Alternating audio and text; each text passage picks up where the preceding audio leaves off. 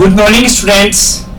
Prince education hub द्वारा संचालित online classes में क्लास 10th की सोशल साइंस की क्लास में प्यारे बच्चों, आज हम अध्ययन करेंगे पाठ संख्या 9 भारतीय कृषि।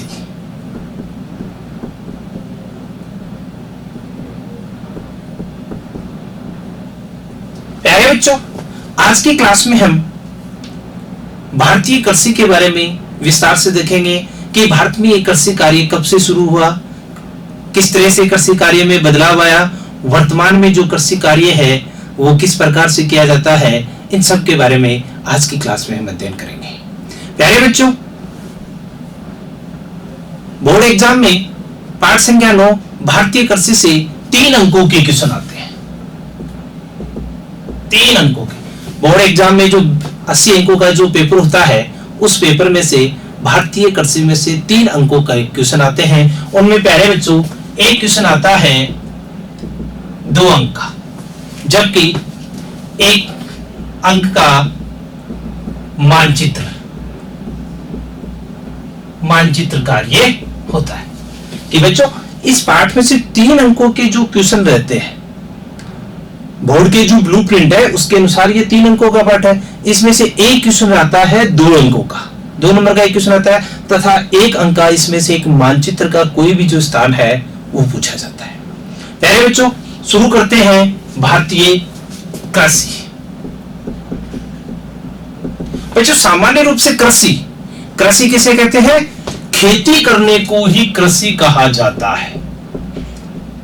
खेती करना ही कृषि है। कि सामान्य अगर बात की जाए कि कृषि होती क्या है, कि खेती करने को ही कृषि कहा जाता है।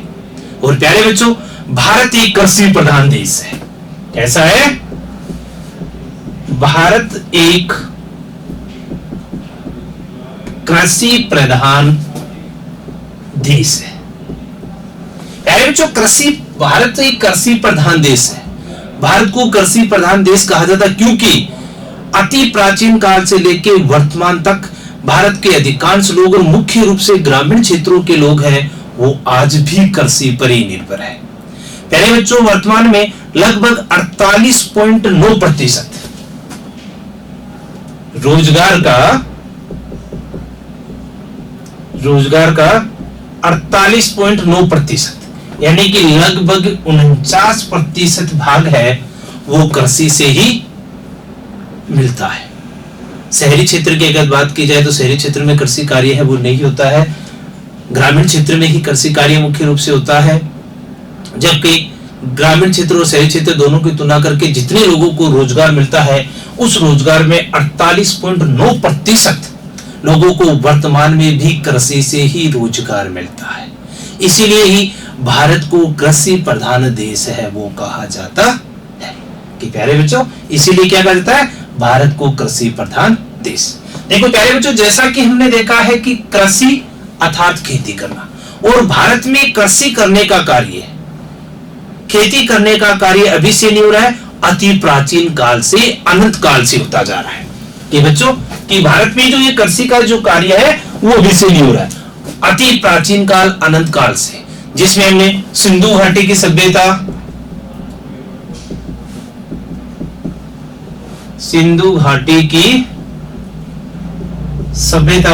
जो ईसा पूर्व हुई थी, उस सिंधु घाटी की सभ्यता में भी, कालीबंगा की सभ्यता में भी जोते हुए खेतों के साथ से, किसके? जोते हुए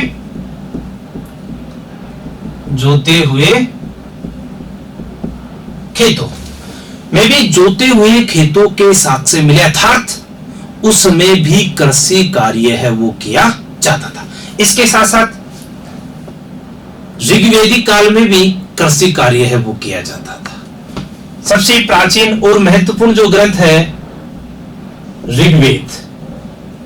प्यारे बच्चों कि वेदों के बारे में कि वेद 4 है, ऋग्वेद, सामवेद, अथर्ववेद व यजुर्वेद। उसमें सबसे प्राचीन और सबसे जो महत्वपूर्ण है वो है ऋग्वेद। और प्यारे बच्चों, इस ऋग्वेद में भी जुते हुए खेतों के साक्ष्य है वो मिले हैं। ऋग्वेद में भी कृषि कार्य करने का वर्णन है वो मिला है। ऋग्वेद में भी हमने देखा है कि कपास की खेती करके कपास से सूती वस्त्र बनाने का जो ज्ञान है वो ऋग्वेदिक काल में भी था। अर्थात हम कह सकते हैं कि भारत में जो ये कृषि कार्य है वो अभी से नहीं हो रहा है, अति प्राचीन काल से, वैदिक काल से व सिंधु घाटी सभ्यता के समय भी भारत में कृषि कार्य है वो किया जाता रहा है और वर्तमान में भी कृषि कार्य है वो किया जाता रहा है। प्यारे बच्चों, अगर देखा जाए प्राचीन काल में जो कृषि कार्य किया जाता था, अति प्राचीन काल या प्राचीन काल में जो कृषि कार्य किया जाता था वो कृषि कार्य मुख्य रूप से जीविका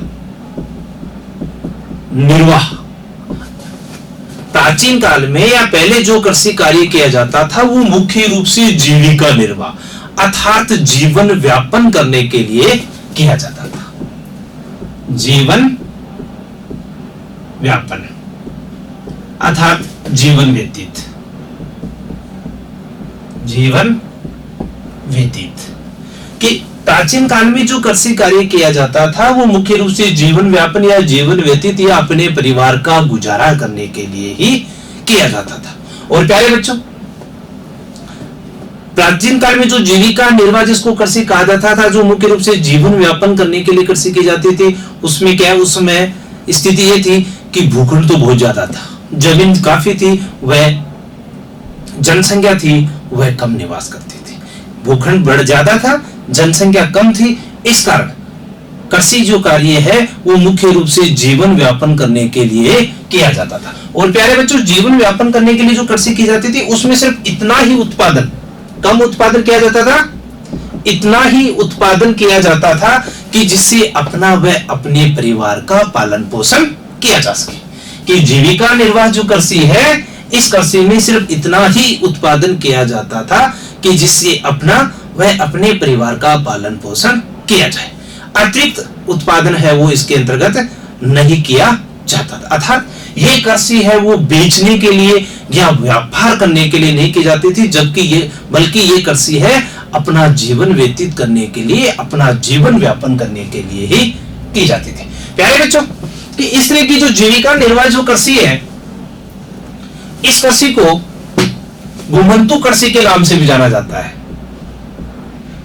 घुमंतु कृषि या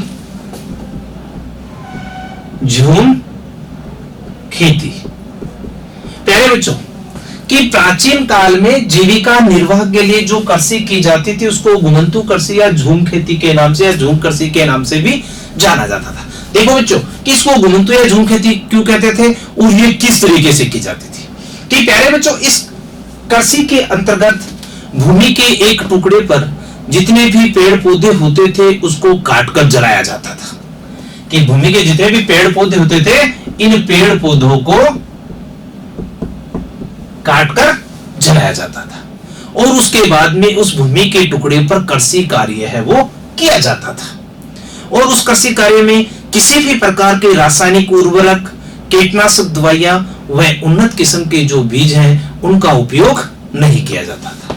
ये मुख्य रूप से भूमि की जो प्राकृतिक उर्वरकता, भूमि की जो प्राकृतिक उर्वरकता अर्थात भूमि की जो प्राकृतिक उपजाऊपनता है, उसी के आधार पर ही ये कृषि है वो की जाती थी। प्यारे बच्चों, जैसे ही उस भूमि की 1 या 2 वर्षों में उसकी उपजाऊपनता है वो समाप्त हो जाती थी, तो उस भूमि को छोड़कर दूसरे भूमि के टुकड़े पर जहां पर कृषि, जहां पर वो पेड़ पौधे होते थे उनको काटा जाता था, काटकर उनको जलाया जाता था और फिर उस पर भी कृषि कार्य है वो किया जाता था। प्यारे बच्चों, 1 या 2 वर्षों के बाद में जैसे ही उस भूमि के टुकड़े पर भी कि भूमि के टुकड़े की भी उपजाऊपनता समाप्त हो जाती थी, तो उस भूमि के टुकड़े को छोड़कर अगले भूमि के टुकड़े पर स्थानांतरित हो जाते थे और फिर उसी पर भी उसी प्रकार से पेड़ पौधों को काटा जाता था, उसको जलाया जाता था और फिर उससे कृषि कार्य है उस पर कृषि की जाती थी और उस पर भी जैसे उपजाऊपनता खत्म हो जाए तो अगले पे। प्यारे बच्चों, इस तरह की जो कृषि की जाती थी उस कृषि को घुमंतु खेती या झूम खेती तथा इसी कृषि को स्थानांतरित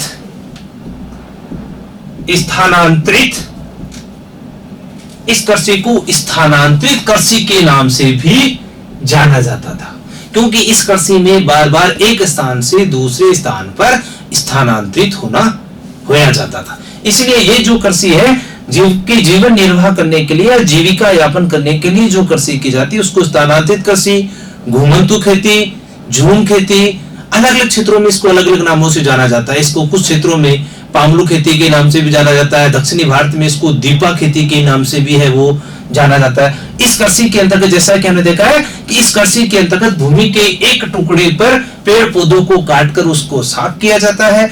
1-2 वर्षों तक, जब तक उस भूमि की प्राकृतिक उर्वरता बनी रहती है तब तक उस पर कृषि कार्य है वो किया जाता है। जैसे ही उस भूमि की उपजाऊपनता है वो समाप्त हो जाती है तो भूमि के दूसरे टुकड़े पर स्थानांतरित हो जाते हैं।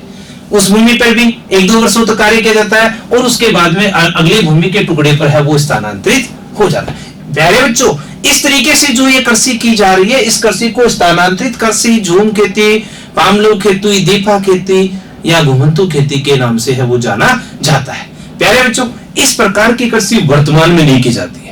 इस प्रकार की कृषि पहले की जाती थी और वो भी मुख्य रूप से ये जो आदिवासी या पहाड़ी जो क्षेत्र थे उन क्षेत्रों में आदिवासी लोगों के द्वारा ही ये कृषि की जाती थी, क्योंकि इस कृषि में सिर्फ इतना ही उत्पादन किया जाता था कि अपने और अपने परिवार का जीवन व्यापन हो सके, गुजारा हो सके। इस कृषि में व्यापार करने के लिए या बेचने के लिए कृषि नहीं की जाती थी।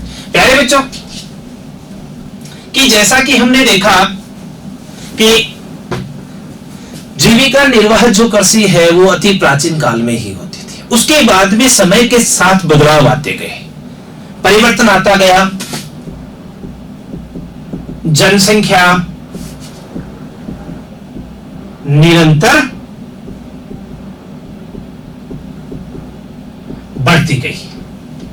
कि प्यारे बच्चों, समय के साथ साथ जनसंख्या में निरंतर बढ़ती होती गई, जबकि भूमि थी वो सीमित थी और सीमित मात्रा में ही रही, अर्थात भूमि में किसी भी प्रकार का कोई परिवर्तन है वो नहीं हुआ। जबकि जनसंख्या थी वो लगातार है वो बढ़ती ही जा रही थी, जनसंख्या में परिवर्तन है वो लगातार होता जा रहा, जबकि भूमि है स्थायी थी। इसलिए क्या किया गया कि अब अधिक जनसंख्या के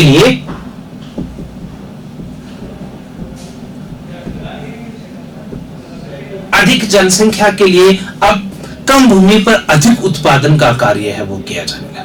और प्यारे बच्चों, कम भूमि पर अधिक उत्पादन कार्य करने के लिए मुख्य रूप से सिंचाई की आवश्यकता होती है। सिंचाई की आवश्यकता होता है। प्यारे बच्चों, की फसलों को कृत्रिम रूप से कि सिंचाई पर यह भी होता है कि सिंचाई कहते किसे है, कि सिंचाई किसे कहते हैं कि फसलों को कृत्रिम रूप से जो पानी उपलब्ध करवाया जाता है उसे ही सिंचाई कहा जाता है। किसी भी प्रकार की जो फसल है उस फसल को कृत्रिम रूप से जो पानी उपलब्ध करवाया जाता है उसे ही सिंचाई कहा जाता है। और प्यारे बच्चों ने देखा कि कम भूमि पर अधिक पैदावार करने के लिए, क्यों? क्योंकि जनसंख्या थी वो बढ़ चुकी थी। अधिक जनसंख्या के लिए अधिक अनाज की आवश्यकता थी, तो अधिक अनाज के लिए कम भूमि पर अधिक पैदावार करने के लिए सिंचाई का कार्य, सिंचाई है वो उपयोग में ली गई, जिसके परिणाम स्वरूप कम भूमि पर है वो अधिक उत्पादन किया जाने लगा। प्यारे बच्चों, की जनसंख्या में निरंतर वृद्धि होती रही, भूमि है वो स्थायी होती रही, लोग है वो जंगली आहार को कम करके धीरे धीरे अनाज का उपयोग है वो अधिक करने लगे। कि प्यारे बच्चों, बाद में देखा गया कि अब और अधिक आवश्यकता है, जनसंख्या है वो तेज गति से बढ़ रही है, उस गति से क्या है उत्पादन नहीं हो रहा है। तो ऐसी स्थिति में प्यारे बच्चों, कम भूमि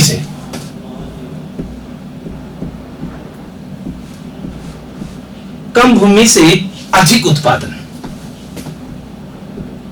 कम भूमि से अधिक उत्पादन।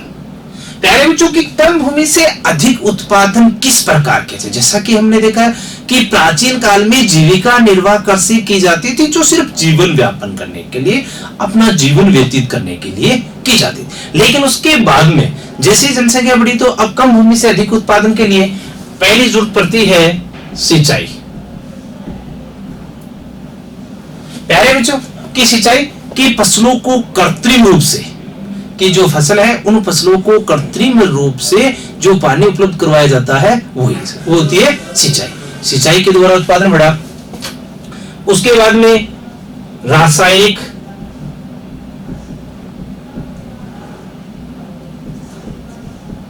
रासायनिक उर्वरक इनका उपयोग किया जाने लगा। कीटनाशक दवाइयां,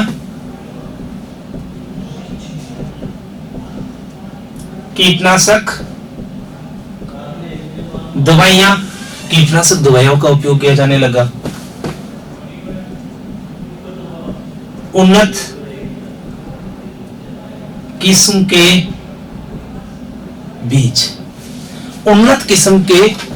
बीज,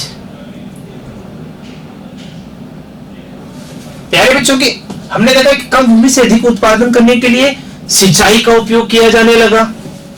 इसके साथ साथ रासायनिक जो उर्वरक है उनका उपयोग किया जाने लगा। कीटनाशक दवाइयों का उपयोग किया जाने लगा। वह उन्नत किस्म के जो बीज है उनका उपयोग करके कम भूमि से अधिक पैदावार है वो की जाने लगी। प्यारे बच्चों, समय के साथ साथ जैसे जैसे समय बदलता गया वैसे वैसे कृषि कार्य करने का जो तरीका है वो बदलता गया। वर्तमान में जो कृषि कार्य की जाती है, वो मुख्य रूप से जीवन व्यापन के साथ साथ व्यापार करने के लिए की जाती है। कि प्यारे बच्चों, प्राचीन काल में देखा कि खेती जीविका निर्वाह के लिए की जाती थी और वर्तमान काल में कृषि है वो अपना व्यापार करने के लिए की जाती है। प्यारे बच्चों, देखते हैं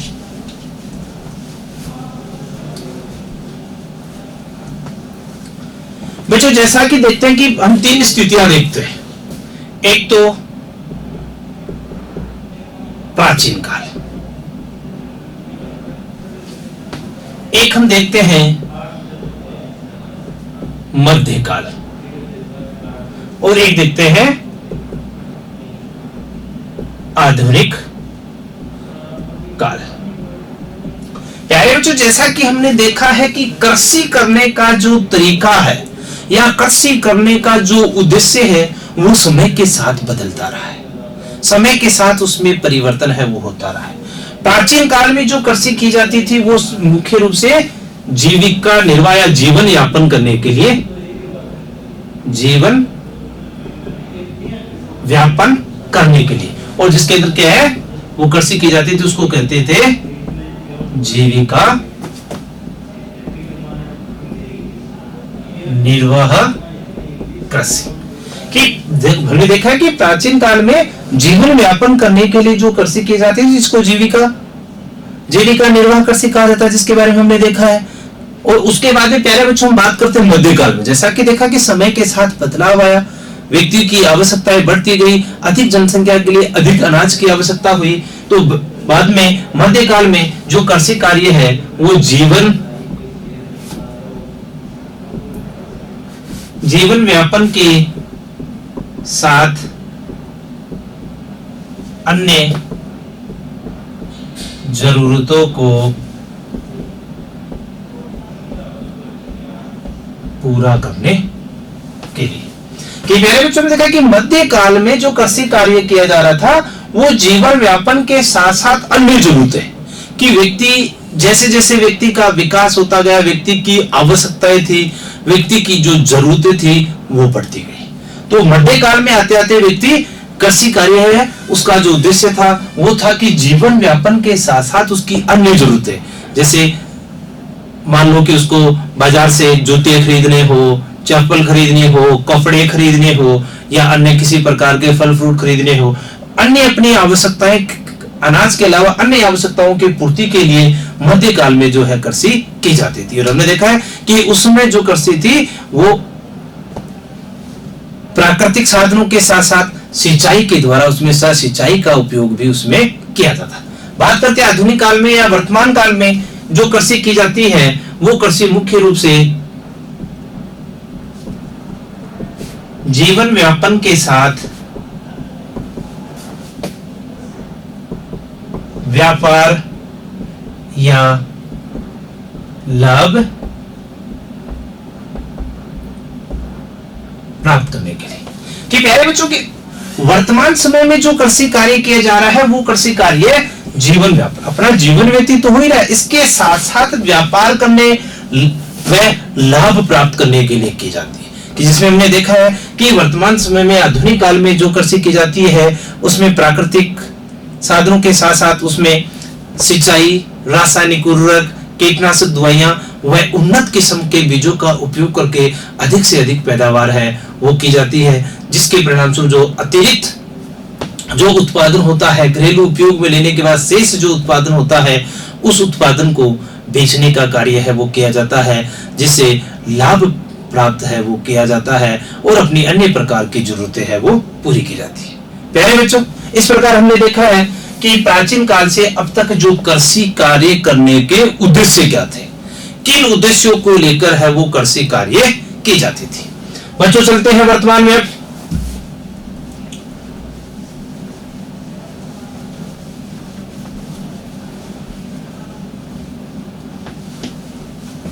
बच्चे देखते हैं कि बच्चों जैसा कि हमने पहले भी शुरू में भी देखा था कि भारत एक कृषि प्रधान देश है।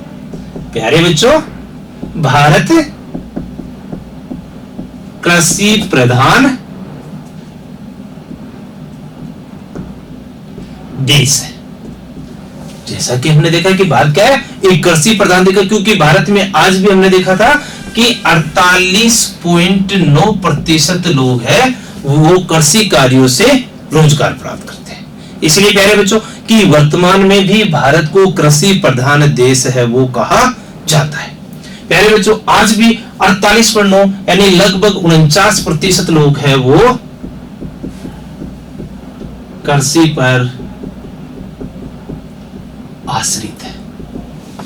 कि आज भी 49% लोग वो कृषि पर आश्रित है या निर्भर है।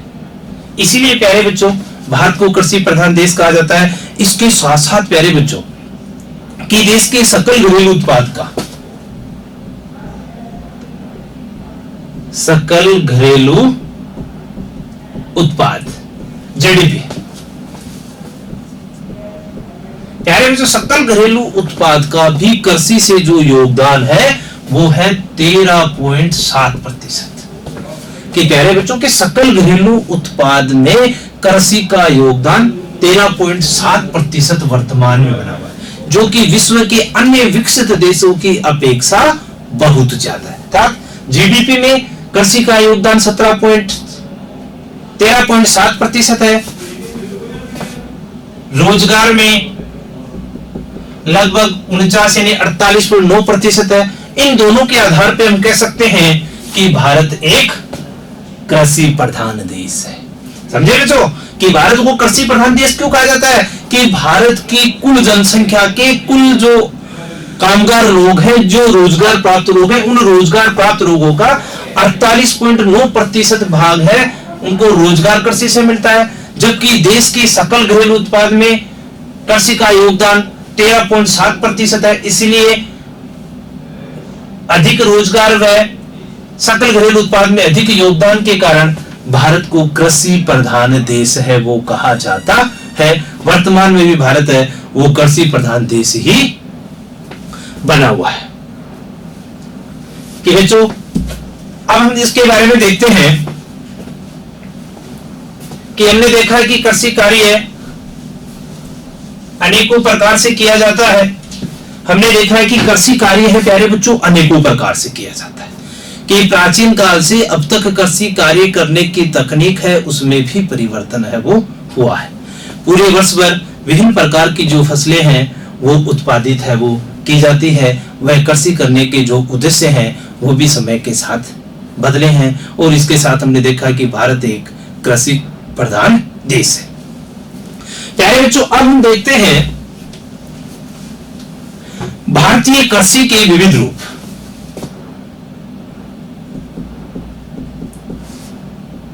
भारतीय कृषि के विविध रूप देखते बच्चों कि बच्चों जैसा कि हमने देखा है कि भारत एक कृषि प्रधान देश है और भारत में आज भी लगभग आधे लोग 48.9% लोगों को कृषि से रोजगार प्राप्त हो रहा है। अब हम देखते हैं कि भारत में कृषि के विविध रूप, हमने देखा कि अनेकों व्यक्तियों के द्वारा अलग अलग तरीके से जो कृषि कार्य है वो किए जा रहे हैं। देखते हैं कि कृषि के विविध रूप, और विविध रूपों को प्यारे बच्चों हम दो आधार पे देखेंगे। एक तो ऋतु के आधार पर, और दूसरा हम देखेंगे उपयोग के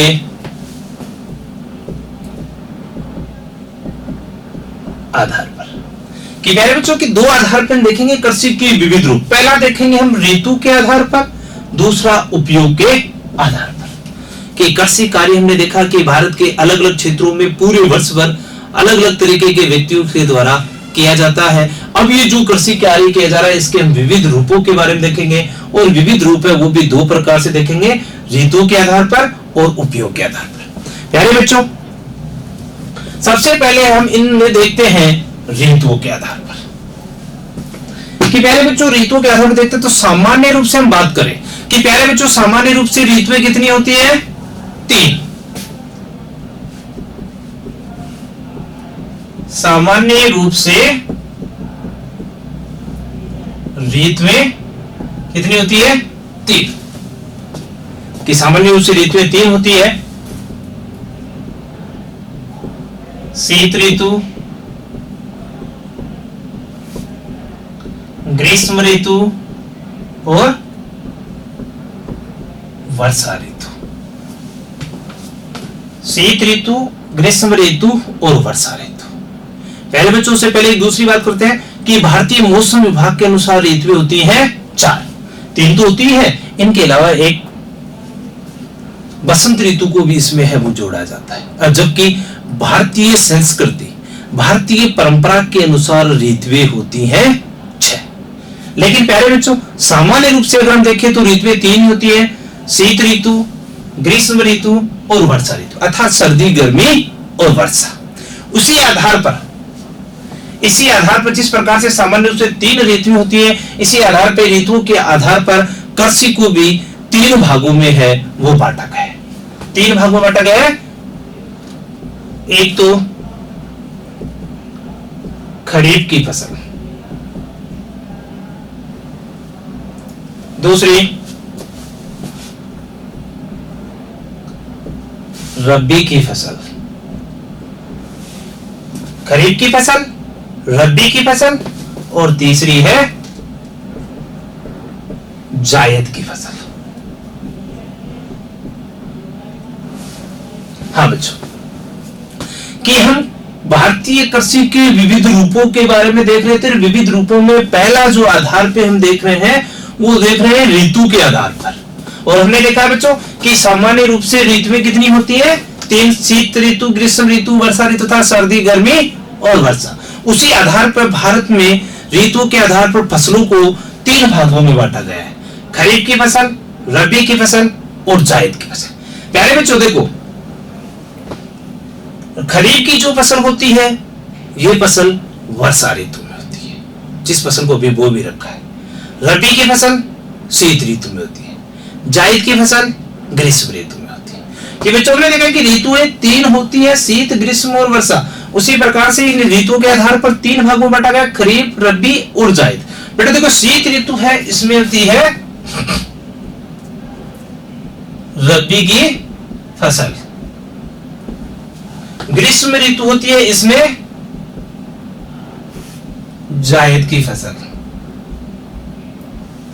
और वर्षा ऋतु है, इस वर्षा ऋतु में होती है खरीफ की फसल। कि प्यारे बच्चों, कि हमने देखा कि ऋतुओं के आधार पर भारत में 3 प्रकार की जो फसलें हैं वो बोई जाती है, खरीफ की फसल, रबी की फसल और जायद की फसल। क्योंकि हमने देखा कि ऋतुएं 3 होती है, शीत ऋतु में रबी की फसल होती है, ग्रीष्म ऋतु में जायद की और वर्षा ऋतु में खरीफ की फसल। कि पूरे वर्ष भर में 3 प्रकार की जो फसलें हैं वो बोई जाती है। प्यारे बच्चों, अब इन तीनों फसलों के बारे में एक एक फसल के बारे में हम विस्तार से अध्ययन करते हैं कि ऋतुओं के आधार पर फसलों को 3 भागों में बांटा गया है। उनमें सबसे पहले हम देखते हैं खरीफ की फसल। खरीफ की फसल के बारे में ही देखते हैं, इन दो को हटाते हैं एक बार। कि पहली है खरीफ की फसल। अब बच्चों जैसा कि हमने देखा है कि खरीफ की जो फसल है वो कौन सी ऋतु में होती है? वर्षा ऋतु में। प्यारे बच्चों, खरीफ की जो फसल है इस फसल को जून जुलाई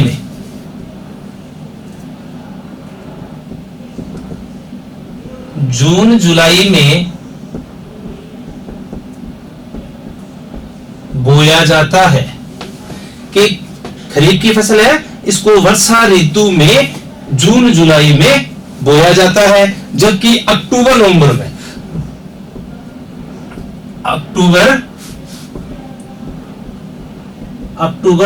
में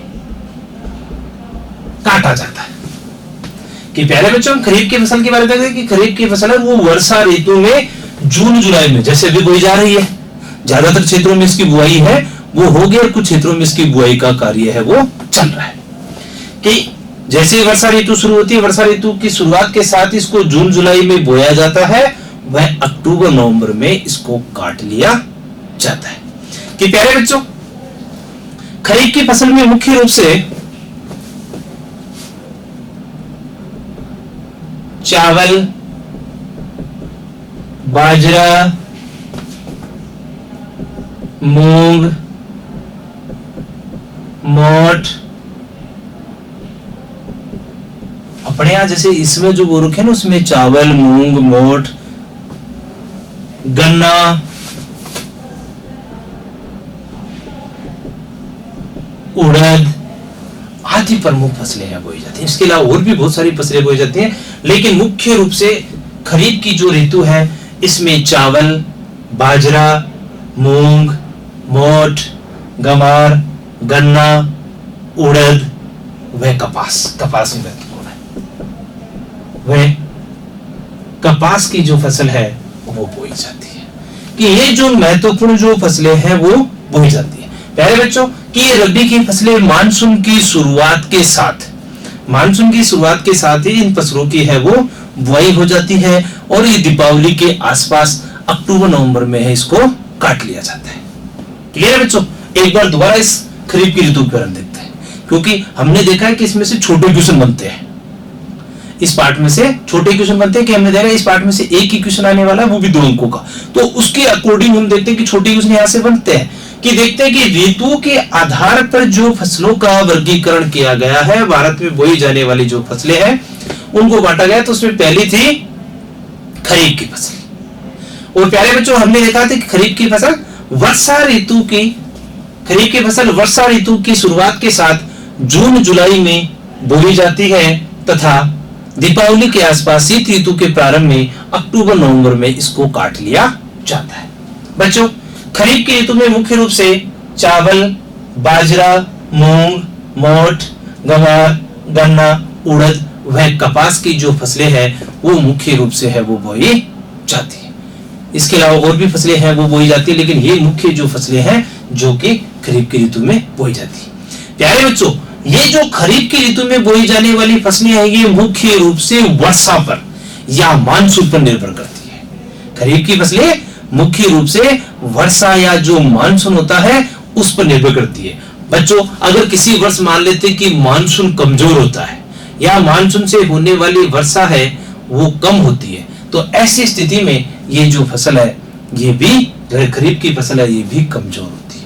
प्यारे बच्चों, अधिकांश भागों में ये जो फसल है ये सिंचाई के द्वारा ही पैदा की जाती है। कुछ भागों में इसे अधिकांश भागों में ये प्यारे बच्चों अधिकांश भागों में इस फसल को है वो वर्षा पर ही ये निर्भर होती है, अर्थात वर्षा के द्वारा ये पैदा की जाती है। कुछ भागों में इस फसल को सिंचाई के द्वारा भी पैदा किया जाता है। सिंचाई में मुख्य रूप से चावल और कपास में है वो अधिक आवश्यकता होती है। प्यारे बच्चों, अब हम दूसरी ऋतु के आधार पर जो फसल देखते हैं वो देखते हैं रबी की फसल।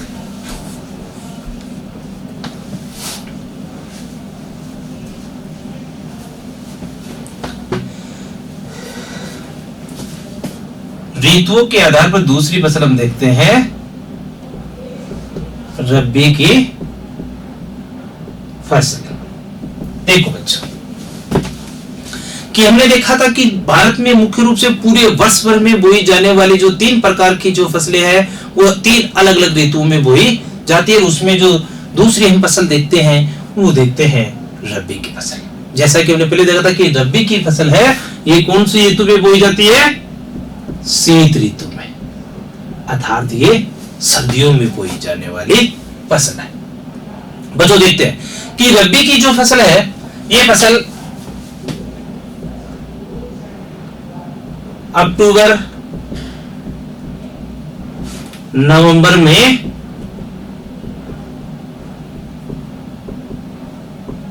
बोई जाती है। कि प्यारे बच्चों ये जो रबी की फसल है ये जो अक्टूबर नवंबर है, अक्टूबर नवंबर में तो इसको बोया जाता है तथा मार्च अप्रैल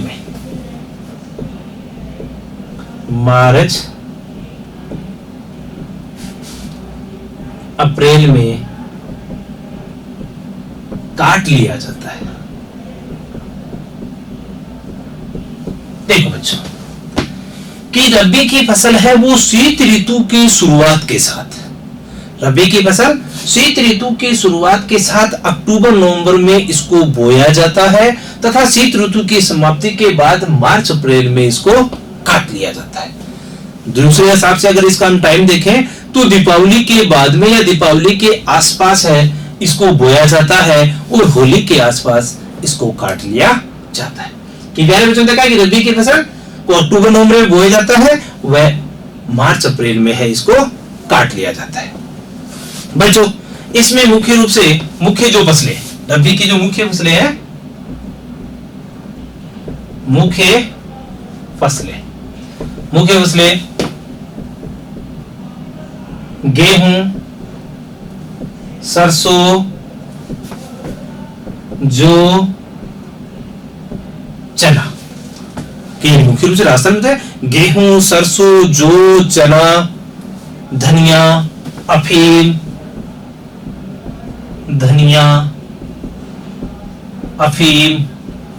आदि की जो फसलें हैं वो मुख्य रूप से इसमें बोई जाती है।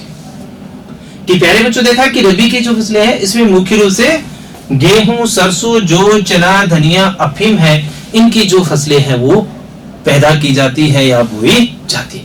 इनके अलावा और भी जो फसलें होती है लेकिन मुख्य फसलें यही है। प्यारे बच्चों ये रबी की जो फसल है ये फसल मुख्य रूप से सिंचाई पर निर्भर करती है, सिंचाई पर ही निर्भर होती है। रबी की फसल को सिंचाई के अलावा है वो पैदा नहीं किया जा सकता है, मुख्य रूप से ये जो सिंचाई पर ही निर्भर होती है। क्योंकि बच्चों शीत ऋतु में जो वर्षा है वो दक्षिणी भारत को छोड़कर पूरे भारत में न के बराबर ही होती है, बहुत ही कम होती है। इसलिए रबी की फसल है ये फसल मुख्य रूप से सिंचाई के द्वारा ही पैदा की जाती है, सिंचाई के द्वारा ही इसको उत्पन्न किया जाता है। बच्चों इसके साथ साथ रबी की फसल के लिए शीत ऋतु में होने वाली हल्की वर्षा मावठ सुना होगा आपने कि शीत ऋतु में होने वाली जो हल्की वर्षा है उसको क्या कहा जाता है? मावठ। वो प्यारे बच्चों रबी की फसल के लिए संजीवनी का कार्य करती है। इससे रबी की फसल की जो पैदावार है वो अधिक बढ़ती है। समझे बच्चों कि रबी की जो फसल है ये मुख्य रूप से सिंचाई के द्वारा पैदा की जाती है, लेकिन शीत ऋतु में होने वाली हल्की वर्षा जो पश्चिमी विक्षोभों से भूमध्य सागरीय चक्रवातों के कारण जो हल्की वर्षा होती है जिसे मावठ के नाम से जाना जाता है, ये मावठ इसके लिए संजीवनी का अर्थात अधिक उत्पादन में ये सहयोग है वो करती है। प्यारे बच्चों इस प्रकार अगर हम देखें कि रबी की जो फसल है वो शीत ऋतु के शुरुआत के साथ अक्टूबर नवंबर में इसको बोया जाता है तथा मार्च अप्रैल में है इसको काट लिया जाता है। इसमें गेहूं, सरसों, जौ, चना, धनिया, अफीम आदि मुख्य फसलें हैं वो बोई जाती है। रबी की जो फसल है ये मुख्य रूप से सिंचाई के द्वारा पैदा की जाती है, लेकिन इस फसल के लिए शीत ऋतु में होने वाली हल्की वर्षा मावठ वो इसके लिए संजीवनी का जो कार्य है वो करती है। प्यारे बच्चों अब अगली फसल देखते हैं जायद की फसल।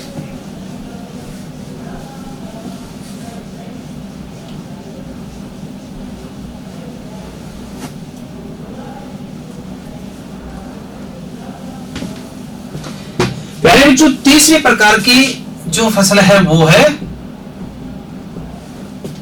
जायद की फसल। कि हमने देखा ऋतुओं के आधार पर जो फसलों का वर्गीकरण कर रहे थे, ऋतुओं के आधार पर हमने रबी की फसल, खरीफ की फसल देखी, अब देखते हैं जायद की फसल। प्यारे बच्चों, ये जो है ये ग्रीष्म ऋतु में बोई जाती है। कि जायद की जो फसल है ये फसल ग्रीष्म ऋतु अर्थात गर्मियों में है वो बोई जाती है। प्यारे बच्चों, ये फसल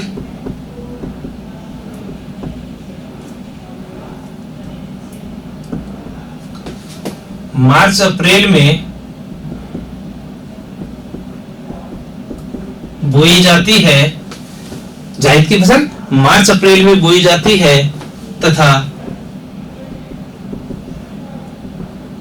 जून जुलाई में काटी जाती है। कि प्यारे बच्चों, कि जायद की फसल के बारे में बात करें कि जायद की फसल है ये ग्रीष्म ऋतु में बोई जाती है और इस ग्रीष्म ऋतु में पैदा होती है। इस फसल को मार्च अप्रैल में रबी की फसल के बाद में बोया जाता है, जून जुलाई में इसको काटा जाता था। जायद की फसल है वो रबी की फसल के बाद में और खरीफ की फसल के पहले। रबी की फसल के बाद में और खरीफ की फसल से पहले का बीच का जो समय होता है, अप्रैल मई जून का जो समय होता है, उस समय में ये जायद की फसल है वो बोई जाती है। प्यारे बच्चों, इसमें जायद की फसल में मुख्य रूप से तरबूज, ककड़ी, खीरा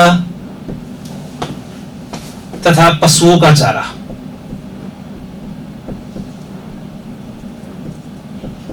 पशुओं का चारा पैदा किया जाता है। कि ये जो जायद की जो फसल है इसमें मुख्य रूप से तरबूज, ककड़ी, खीरा व पशुओं का चारा तथा विभिन्न प्रकार की सब्जियां,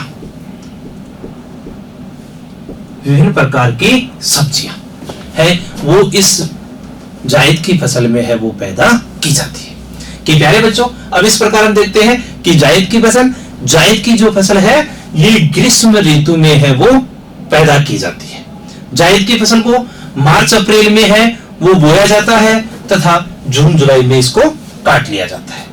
प्यारे बच्चों, ये फसल रबी की फसल के बाद में और खरीफ की फसल से पहले के समय में है, ये अप्रैल से लेकर मई जून तक है इसको पैदा किया जाता है। इसमें मुख्य रूप से तरबूज, ककड़ी, खीरा, पशुओं को चारा तथा विभिन्न प्रकार की जो सब्जियां हैं वो उत्पादित की जाती है। प्यारे बच्चों, इस प्रकार हम देखते हैं कि भारत में एक कृषि वर्ष में 3 ऋतुओं में 3 प्रकार की फसलें हैं वो बोई जाती है। खरीफ की फसल, रबी की फसल और जायद की फसल।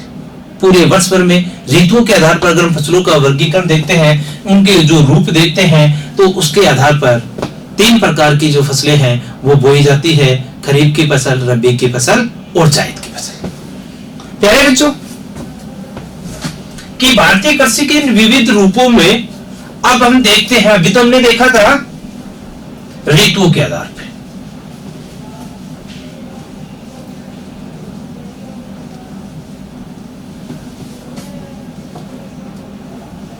कि अभी तक तो हमने देखा था ऋतुओं के आधार पर। प्यारे बच्चों, कृषि का, भारतीय कृषि के विविध रूपों में अब हम रूपों दूसरा जो आधार पे देखते हैं वो देखते हैं उपयोग के आधार पर। उपयोग के आधार पर कि प्यारे बच्चों के पूरे वर्ष भर में जो विभिन्न प्रकार की जो फसलें पैदा की जाती है, पूरे वर्ष भर में जो विभिन्न प्रकार की फसलें जो उत्पादित की जाती है, उनमें उनको उपयोग के आधार पर भी 4 भागों में है वो बांटा गया है।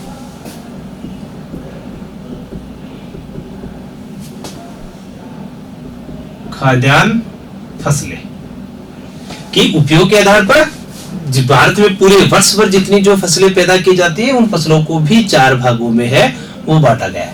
पहली खाद्यान्न फसल, दूसरी औद्योगिक,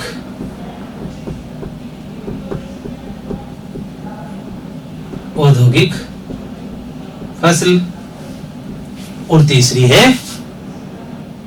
बागानी।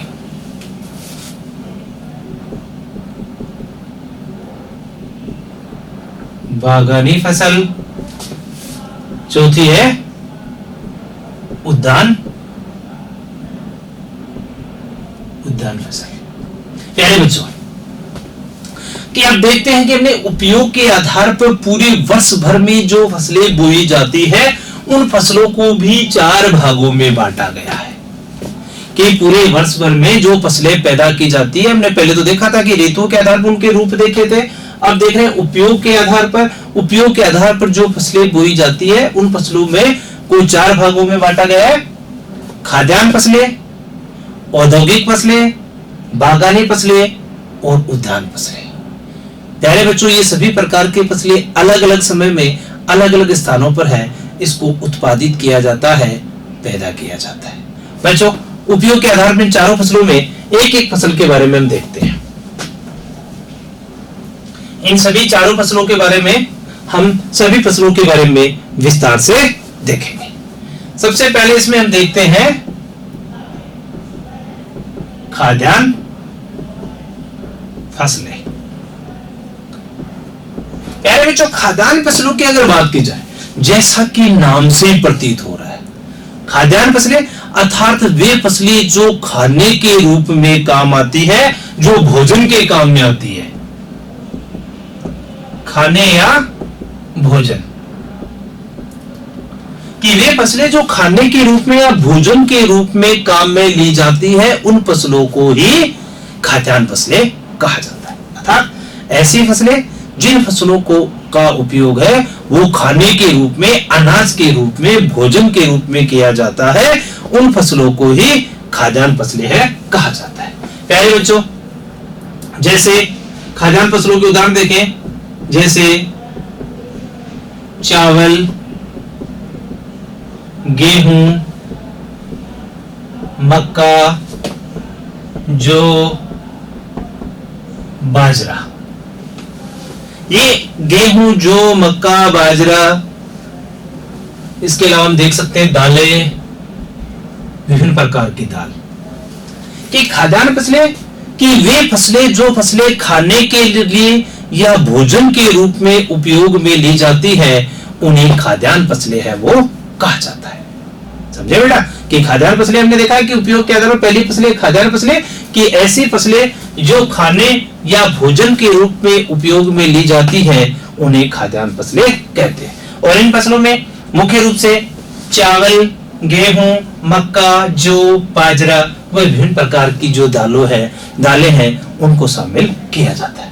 ये सभी फसलें पूरे वर्ष भर में अलग अलग ऋतुओं में, रबी, खरीफ व जायद की ऋतु में है, इसको है वो पैदा किया जाता है। प्यारे बच्चों दूसरी फिर हम देख रहे थे औद्योगिक फसलें।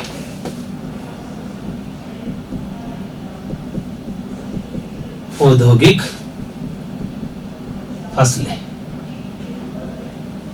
प्यारे बच्चों इसके बारे में भी अगर हम देखें, नाम की तरफ देखते हैं, नाम से ही प्रतीत हो रहा है कि औद्योगिक फसलें अर्थात वे फसलें जिन फसलों का उपयोग उद्योगों में कच्चे माल के रूप में होता है। उद्योगों में कच्चे माल के रूप में उपयोग। देखो बच्चों कि औद्योगिक फसलें अर्थात वे फसलें जिन फसलों का उपयोग उद्योगों में कच्चे माल के रूप में जिनका उपयोग किया जाता है उन फसलों को ही औद्योगिक फसलें है वो कहा जाता है। जैसे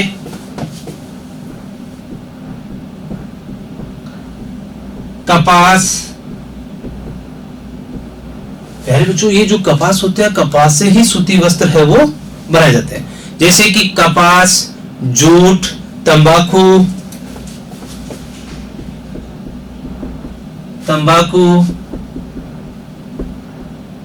गन्ना, तिलहन। देखो बच्चों कि औद्योगिक फसलें में अर्थात वे फसलें जिन फसलों का उपयोग उद्योगों में कच्चे माल के रूप में उपयोग किया जाता है उसे औद्योगिक फसलें कहते हैं।